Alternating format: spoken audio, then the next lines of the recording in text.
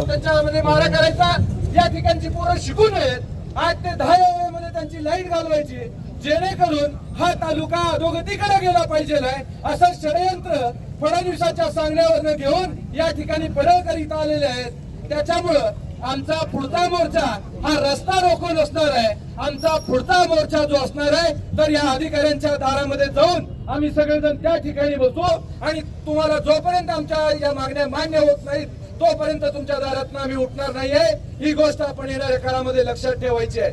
जगची जनता गप्प आहे याचा अर्थ शांत आहे बरेच जणांना, आणि इथून पुढच्या काळामध्ये मी माझ्या तालुक्यातल्या तमाम शेतकरी वर्गाला एक गोष्ट सांगतोय, काय हे जे आंदोलन किंवा याच्या गोष्टी आहेत त्या आपल्या लेकरा बाळांसाठी, आपल्या हक्कासाठी आणि आपल्या अस्तित्वासाठी लढतोय।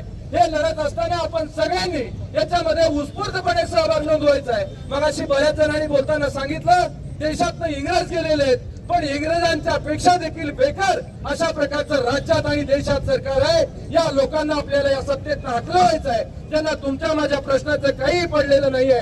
मी पोलीस प्रशासनाला देखील एक विनंती करतोय, तुम्ही शेतकऱ्याची पोरं आहात, शेतकऱ्याची बांधव आहात, तुमचा भाऊ, तुमचा काका, चुलता कुणीतरी त्याची जनावरं पाण्या वाचून मरतायत। त्यामुळे इथं जेव्हा जेव्हा आंदोलन होत आहेत तेव्हा तुम्ही इथल्या लोकांना साथ द्या। मला माहिती आहे तुमच्यावर किती मोठ्या प्रमाणात दबाव आहे, तुम्हाला किती प्रेशर खाली दाबलं जाते, पण या दबावाला बळी न पडता आपण देखील शेतकऱ्याची पोरं आहोत आणि ठामपणे ताकदीने या जगच्या जनतेसाठी आपण ठामपणे उभं राहूयात। आजचं हे आंदोलन फक्त इशारा आहे, इथून पुढच्या काळामध्ये जर आमच्या मागण्या मान्य झाल्या नाहीत तर जगची जनता भाजपच्या कुठल्याही मंत्र्याची गाडी जगच्या आवारात फिरू देणार नाहीये। त्यावेळेला आम्ही सगळेजण त्या गाडीच्या आडवा जाऊ, हा इशारा या निमित्तानं सरकारला देतोय।